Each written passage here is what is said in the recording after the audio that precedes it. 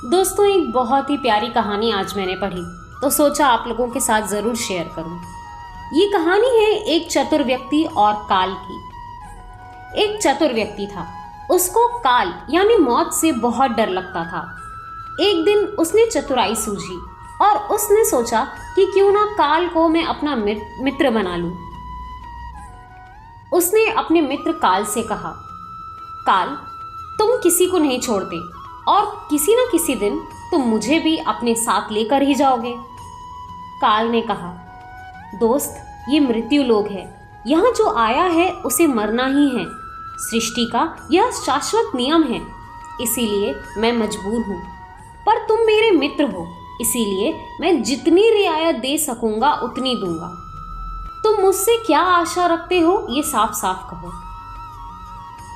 उस व्यक्ति ने कहा, मित्र, मैं बस इतना चाहता हूं कि आप मुझे अपने लोक ले जाने से पहले एक पत्र अवश्य लिख देना, ताकि मैं अपने बाल बच्चों को कारोबार की सारी बातें अच्छी तरह से समझा दूं और स्वयं भी भगवान के भजन में लग जाऊं। काल ने बड़े प्रेम से कहा, ये कौन सी बड़ी बात है मित्र, मैं एक नहीं आपको 4 पत्र भेजूंगा। चिंता मत करो, चारों पत्रों के बीच समय भी अच्छा खासा दूंगा, ताकि तुम सचेत होकर काम निपटा लो। मनुष्य बड़ा प्रसन्न हो गया, सोचने लगा कि आज तो मेरे मन से काल का भय ही निकल गया। मैं जाने से पूर्व अपने सभी कार्य पूर्ण करके जाऊंगा तो देवता भी मेरा स्वागत करेंगे। दिन बीतते गए, आखिरकार मृत्यु की घड़ी आ गई। काल अपने दूतों सहित उस व्यक्ति के समीप आके बोला, चलो मित्र, अब समय पूरा हुआ, मेरे साथ चलिए। मैं सत्यता और दृढ़ता पूर्वक अपने स्वामी की आज्ञा का पालन करते हुए एक क्षण भी तुम्हें और यहाँ नहीं छोड़ूंगा। मनुष्य के माथे पर बल पड़ गया और वह गुस्से में चिल्लाकर कहने लगा, धिक्कार है तुम्हारे जैसे मित्र पर, मेरे साथ विश्वासघात करते हुए तुम्हें लज्जा नहीं आती? तुमने मुझे वचन दिया था कि लेने आने से पहले पत्र लिखूंगा। मुझे बड़े दुख के साथ ये कहना पड़ रहा है कि तुम बिना किसी सूचना के अचानक दूतों सहित मेरे ऊपर चढ़ आए। मित्रता तो दूर की बात, तुम अपने वचनों को भी नहीं निभा पाए। काल हंसा और बोला, मित्र, इतना झूठ तो मत बोलो, मेरे सामने मुझे ही झूठा सिद्ध कर रहे हो। मैंने आपको एक नहीं 4 पत्र भेजे, आपने एक का भी उत्तर नहीं दिया।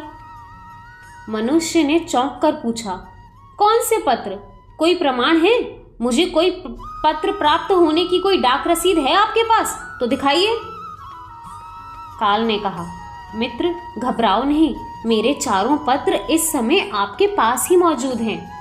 मेरा पहला पत्र आपके सिर पर चढ़कर बोला, आपके काले सुंदर बालों को पकड़कर उन्हें सफेद कर दिया और यह भी कहा कि सावधान हो जाओ, जो करना है कर डालो। नाम, बढ़ाई और धन संग्रह के झंझटों को छोड़कर भजन में लग जाओ। पर मेरे पत्र का आपके ऊपर जरा भी असर नहीं हुआ। उल्टा बनावटी रंग लगाकर आपने अपने बालों को फिर से काला कर लिया और पुनः जवान बनने के सपनों में खो गए।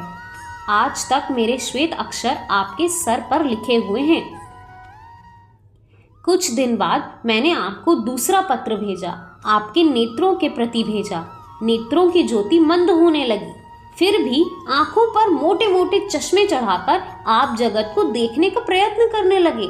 2 मिनट भी संसार की ओर से आंखें बंद करके ज्योति स्वरूप प्रभु का ध्यान मन से नहीं किया। इतने पर भी सावधान नहीं हुए तो मुझे आपकी दीन दशा पर बहुत तरस आया और मित्रता के नाते मैंने आपको तीसरा पत्र भी भेजा।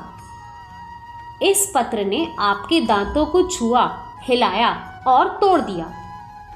आपने इस पत्र का जवाब भी ना दिया, बल्कि नकली दांत लगवाए और जबरदस्ती संसार के भौतिक पदार्थों का स्वाद करने लगे। मुझे बहुत दुख हुआ कि मैं सदा इसके भले की सोचता हूँ और यह हर बार एक नया बनावटी रास्ता अपनाने को तैयार रहता है। अपने अंतिम पत्र के रूप में मैंने आपको रोग, कलेश तथा पीड़ाओं को भेजा, परंतु आपने अहंकारवश सब अनसुना कर दिया।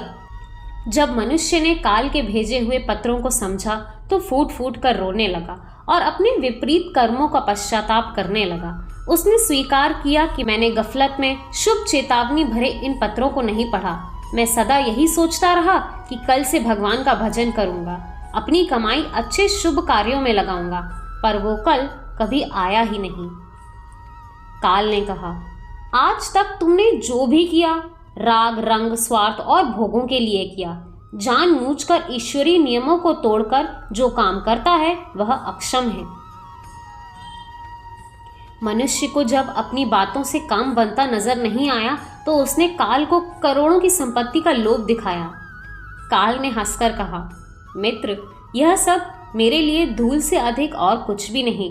धन दौलत शोहरत सत्ता, ये सब लोग संसारी लोगों को वश में कर सकते हैं, मुझे नहीं। मनुष्य ने पूछा, क्या कोई ऐसी वस्तु नहीं है जो तुम्हें प्रिय हो, जिससे तुम्हें भी लुभाया जा सके? ऐसा कैसे हो सकता है? काल ने उत्तर दिया, यदि तुम सच में मुझे लुभाना ही चाहते हो तो सच्चाई और शुभ कर्म का धन संग्रह करते। यह ऐसा धन है जिसके आगे मैं विवश हो सकता था, अपने निर्णय पर पुनर्विचार करने को बाध्य हो सकता था, पर तुम्हारे पास यह धन तो धेले मात्र का भी नहीं है। तुम्हारे ये सारे रुपए पैसे जमीन जायदाद तिजोरी में जमा धन संपत्ति सब यहीं छूट जाएगा। मेरे साथ तुम भी उसी प्रकार निर्वस्त्र जाओगे जैसे कोई भिखारी की आत्मा जाती है। काल ने जब मनुष्य की एक भी बात नहीं सुनी तो वो हाय हाय करके रोने लगा। सभी संबंधियों को पुकारा, परंतु काल ने उसके प्राण पकड़ लिए और चल पड़ा अपने गंतव्य की ओर। काल ने कितनी बड़ी बात कही। एक ही सत्य है जो अटल है, वह है हम एक दिन मरेंगे जरूर। हम जीवन में कितनी दौलत जमा करेंगे, कितनी शोहरत पाएंगे, यह सब अनिश्चित होता है और समय के गर्भ में छुपा होता है। समय के साथ उम्र की निशानियों को देखकर तो कम से कम हमें प्रभु की याद में रहने का अभ्यास करना चाहिए। राधे राधे।